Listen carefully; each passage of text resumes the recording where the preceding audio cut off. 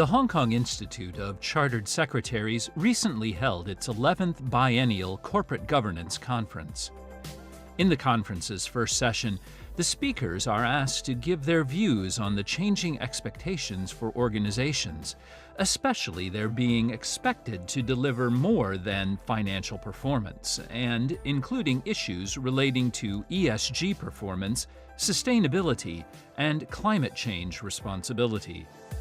The first speaker to respond to this question is Mr. David Simmonds, Group General Counsel, Chief Administrative Officer, and Company Secretary of CLP Holdings Limited.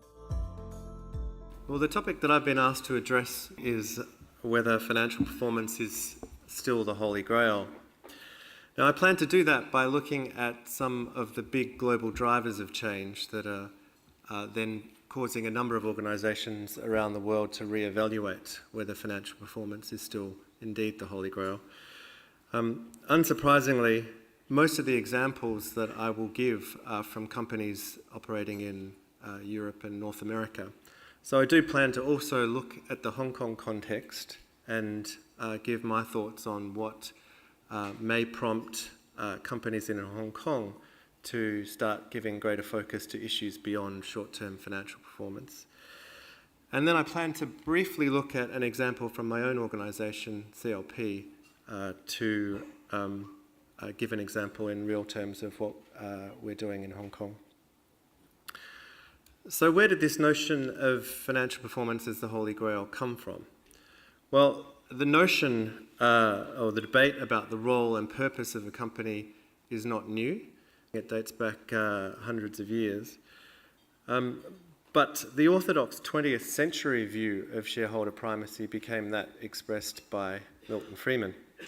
And according to Friedman, the shareholder interest was paramount, and the thing that brought shareholder value, financial performance or profits, was indeed the Holy Grail. And on this view, the integrity of capitalism would be undermined if boards of companies took into account the interests of stakeholders other than shareholders. That was the purview of governments and regulators, and shareholders themselves could figure out what higher purposes they wish to follow using the dividends that they receive from the companies they invested in.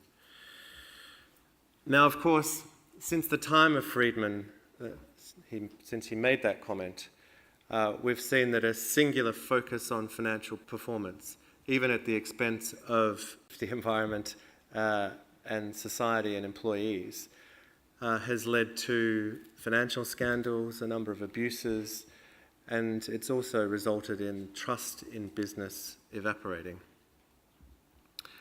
But times are changing. There are a number of very big thematic drivers of change globally, which are causing a fundamental rethink about the focus on short-term financial performance. I think the transparency brought about by social media leaves very few places for companies to hide behaviours which are inconsistent with the values of the society in which they operate in. Technology developments will be a theme that's touched on later on in the conference, but in particular from my perspective, digitalisation and the power of machines to store, manage and learn from vast amounts of data is causing massive changes to business, where it comes to data protection, cyber security, the future of work, and disruption to established business models. They're changes that companies cannot ignore. Generational changes in climate change I'll come and talk about a little later. And in terms of social change, I don't think you have to look beyond the Me Too movement over the last 12 months to see the impact of changes in society. And the global financial crisis and the monetary policy that has been pursued following that has led to a widening wealth gap in society. So it is not hard, particularly when you combine that with technological developments, to see that expectations on business with respect to employment and wages will only get higher in the years ahead. So it seems pretty clear that what customers, governments and society at large expect of business today goes well beyond what was posited by Milton Friedman. And those big thematic drivers of change are driving more and more people to reevaluate the underlying role and purpose of the company and to reject the notion that short-term financial performance is the holy grail. And a good example of this is the B Corporation movement. B corporations go through a certification process that assesses their impact of the organisation on suppliers, on the environment and on society. And they're required to amend their governing documents to require boards to have regard to the broader range of stakeholders and to balance profit and purpose. And there are now more than 2,600 of these B corporations across 60 countries around the world, including some pretty well-known brands like Patagonia and Ben & Jerry's ice cream. And I think the underlying philosophy is well summed up by the Patagonia CEO when she says that business impacts and serves more than just shareholders. It has an equal responsibility to the community and to the planet. Now, this isn't just small and medium-sized companies that are taking this approach either. We've seen multinationals like Unilever, who own Ben & Jerry's, take a very strong approach on ESG. And Danone, who is a global food company listed on the Paris Stock Exchange with a market capitalization of around $50 billion US, has taken the step of pledging that all its group subsidiaries will become registered as B corporations within the next few years. And you've even seen the CEO of Danone, who's quoted up there on the slide, saying that the purpose of the firm is not to create shareholder value. It's to get healthy food to as many people as possible.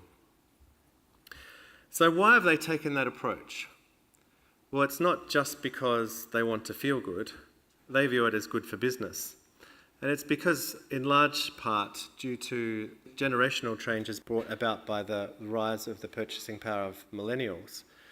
Millennials have a very different view of big corporations than generations that have gone before, and they're actively rejecting a number of brands that their parents would have used for years before. They prefer to shop locally and buy from smaller producers.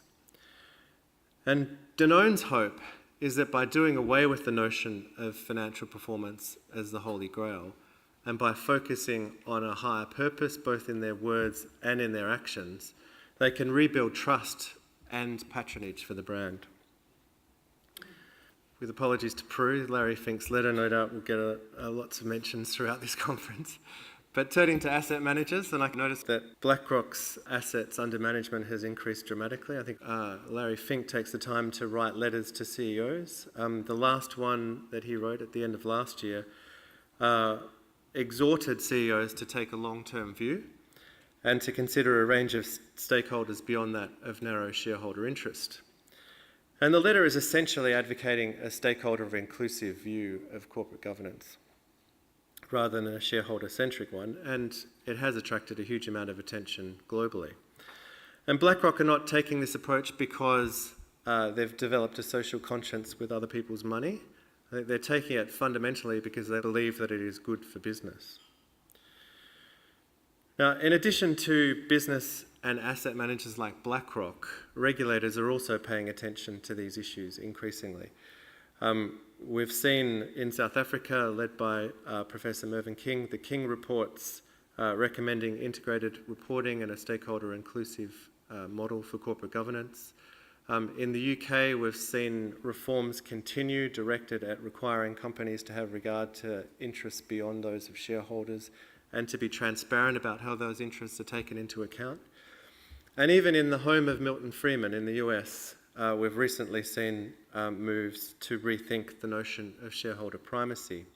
And Senator Warren, who is reportedly planning to run as a Democratic nominee for the next presidential elections, last month proposed an Accountable Capitalism Act, which, among other things, advocates a shift to a stakeholder-inclusive model of governance.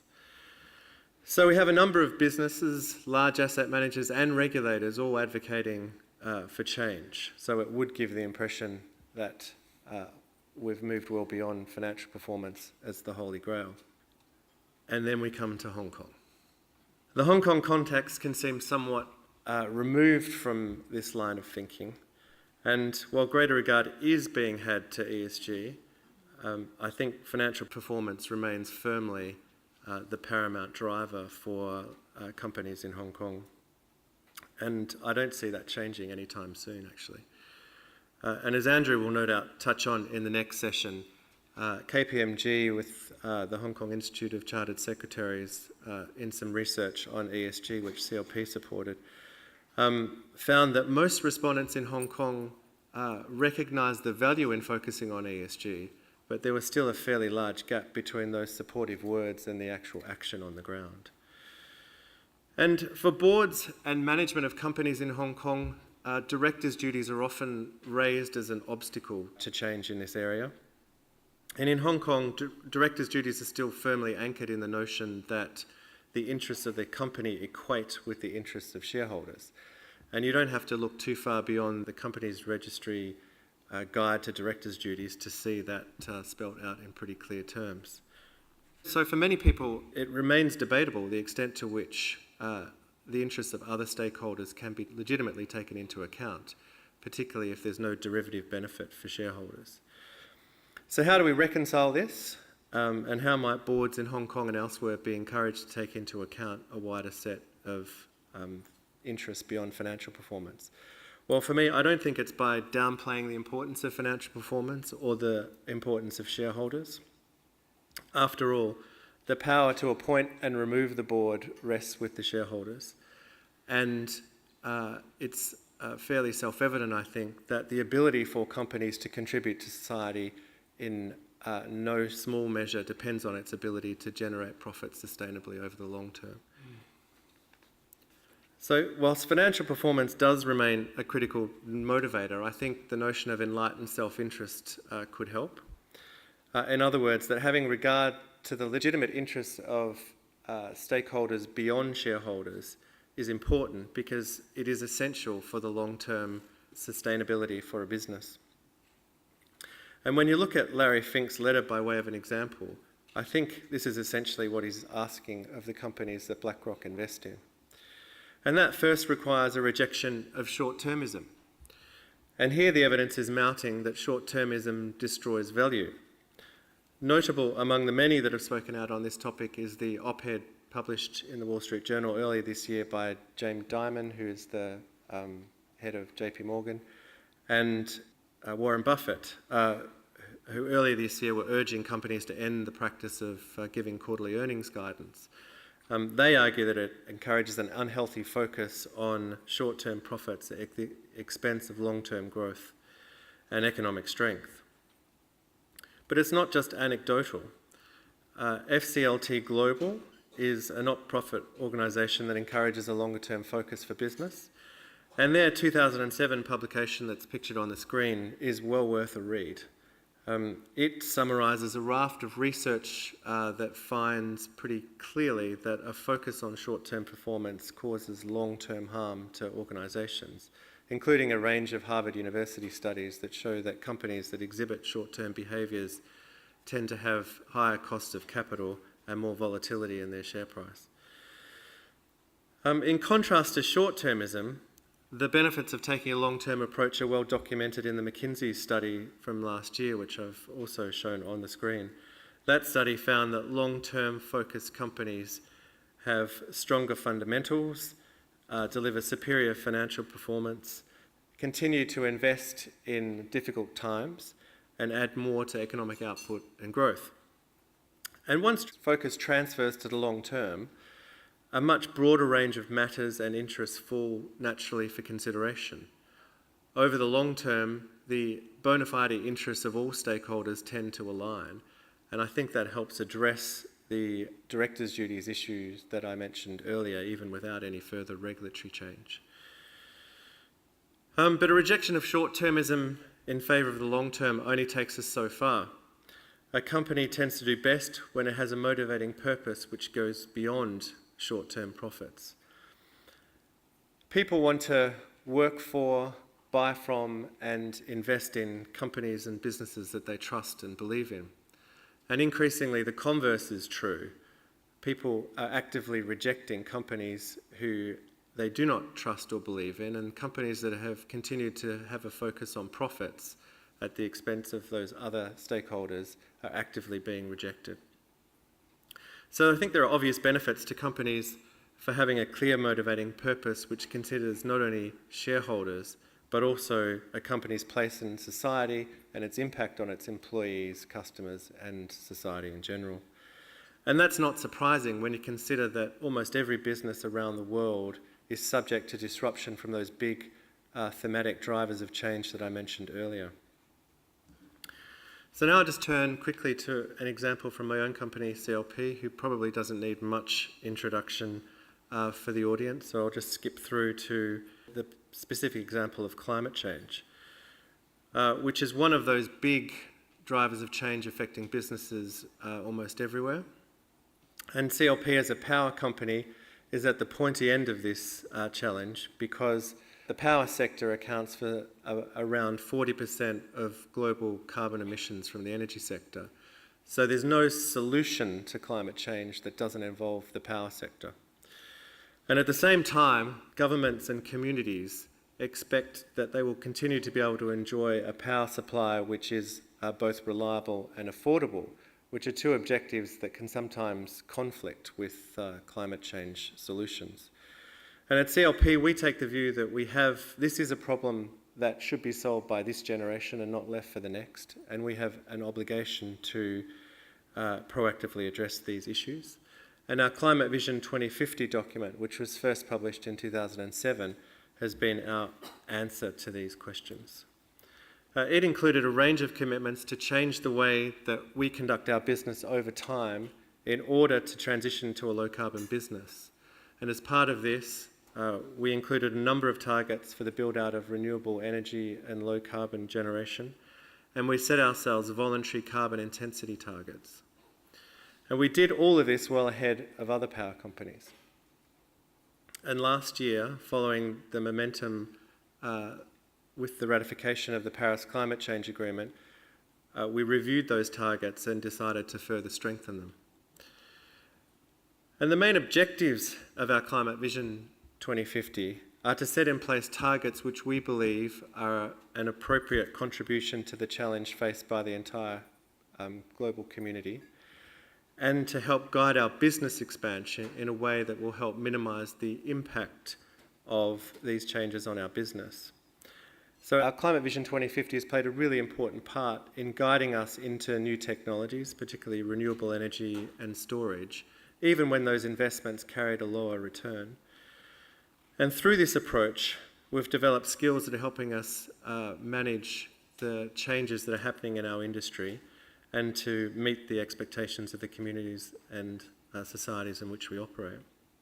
So in our view, this is a change which is not only the right thing to do for the environment and the communities in which we operate, it's also good business. To sum up, in my view, long-term sustainable financial performance is the Holy Grail, and that requires a strategy for long-term value creation and a motivating purpose for the company that goes beyond simply making money. To achieve that demands that regard is had to a wide range of stakeholders and the impact of business decisions on those stakeholders, beyond just shareholders, and how the company takes its place in the societies and communities in which it operates. Thank you.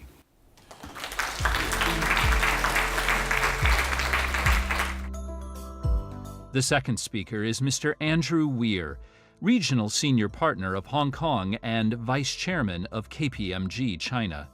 He too is asked to comment on the changing expectations for organizations. In his presentation, he stresses the need for change. The need for change.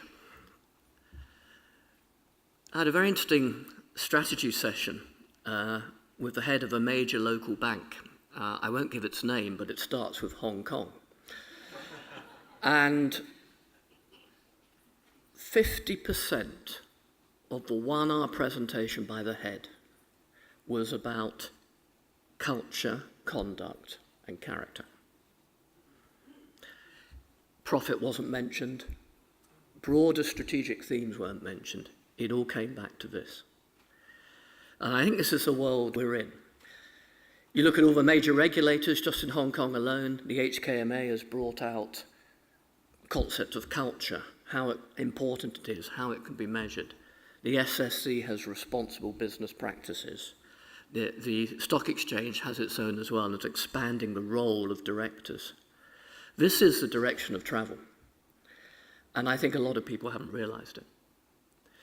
The direction of travel is, as an organization, do you have social license to operate? Do you have that social contract? This is very, very different. These are the rules, compliance by the letter. This is a way of thinking. And I just put up there some of the words and themes which come up in this thinking. Trust and quality being paramount. I run KPMG here, as you know. You pick up the newspaper, it's a bit of an open season on the Big Four globally. We're having probably more than our fair share. A lot of it, to be quite frank, is not true. Doesn't matter. It's all about trust and quality. And the profession I'm in is being challenged on exactly that. But this trust and quality is something which has moved away from being very waffly and esoteric into something very, very fundamental. Trust, absolutely key. So this responsible business and what it all means for company secretaries, chartered secretaries and professionals, it totally raises the bar on what we need to bring to the table. It's been a recurring theme I've raised each year. In Hong Kong, our legal counsel and company secretaries at the top table. CLP, Swire, Cathay, good examples. How common is that? Is the service provided, seen as back office, not at board level? If it is, let's get out there and challenge it. There's a whole amount of things which are now boardroom issues. And having the Chartered Secretary at the forefront of the governance debate, challenging the board, is absolutely paramount. So I really feel it's something we really need to look at in Hong Kong. So conduct, character, and culture. Another theme we're seeing out there is interconnectivity of risks. A massive shot in the arm for the whole concept of ESG has been an excellent World Economic Forum Global Risk Survey, where for the first time, the linkages of broader societal risks, environmental risks, back into the business has been done. For far too long, a lot of these concepts we talk about, it could be everything from diversity to ESG, have been seen almost as single issues or lobbying issues by particular organizations, often with a particular subset at the forefront. What this map shows, and it's in your material, is the interconnectivity. How quickly profound social instability, how quickly failure of regional and global structures, how quickly climate change and environmental factors can give rise to major business issues.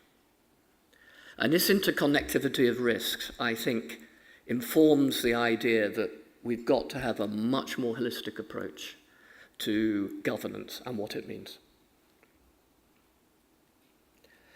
We did a publication last year. I think the interesting thing here is the most important point selected as a priority on the board agenda, and excuse me as I take my glasses off, was to develop long-term value creation and the company's role in society. The context for corporate performance is changing, and consideration of a corporation's role in society is moving from the periphery to the center of corporate thinking. That was number one in our global survey on what is top of the board agenda. The second one is connecting strategy and risk. And as I said earlier, this more holistic approach to risk is bringing some of these issues seen as peripheral before into the core. But this also informs the general discussion about what is the purpose of the company, what is the culture. The reality is, these days we are constantly recruiting our people on a daily basis. They've got to feel a sense of purpose. So it is fundamental to that. So we've got to have a purpose and a culture, but one of the laziest expressions in governance is tone at the top. I know many boards of excellent people, and it's not a good board. I know many organizations with very good tone at the top, and it stays at the top. Fair question, if you're a company secretary, if you're a director, how do you get comfort what the tone for the organization is? I don't want to be glib, but what is tone at the middle and what's tone at the bottom? And if you're sitting on a board or you're a company secretary, you have good quality presentations on a management-led agenda, no one will ever know. So, fair question, rhetorical question. What is the culture? How is it exemplified? Is it at risk? It's fluid. 3 years ago, if you'd asked me to name one of the leading organisations best in class in corporate governance, I would have said Commonwealth Bank of Australia. Well, we all know what's happened there. It's all been looked at, it's been analysed. If you look at that report, it's a wake-up call for any company secretary or board director. The knock-on effect of that in the business community is enormous, and there's another major bank in Australia who've just appointed a total outsider, Prue, you know this, a total outsider as the chief executive. What was the one criteria they wanted? Humility, which I thought was very, very interesting. The ability to listen and see one isn't always right. And that will regain the trust back with the organisations. So we've done a report. We were delighted to support Mohan's idea. It's always a good idea to agree with Mohan. He's twice the size of me and he's a very persuasive man. But Mohan came up with this idea and we're delighted to come together with CLP. Let's be very clear, CLP and KPMG are doing it because we believe in it. We don't see this as sort of a massive generator of income for all the cynics in the room. It's the right thing to do. Now, what's interesting, we had over 200 people replied to the survey on ESG. And let me share with you the reaction. I think the good news is there's less cynicism than before. There's much more recognition that this is more integral to the business. It's not a pet lobby topic, but there's a long way to go in practice. Let me just share with you. And again, sorry, the glasses are coming off. I've hit that stage in life. 88% of the respondents believe ESG is relevant. That is a massive improvement from when initially the stock exchange launched stage one. That's a massive improvement. Let me just read it out to you because the slides are a bit small to read. 38% see ESG as an essential part of a business because of a business's dependence on environmental and social resources for success.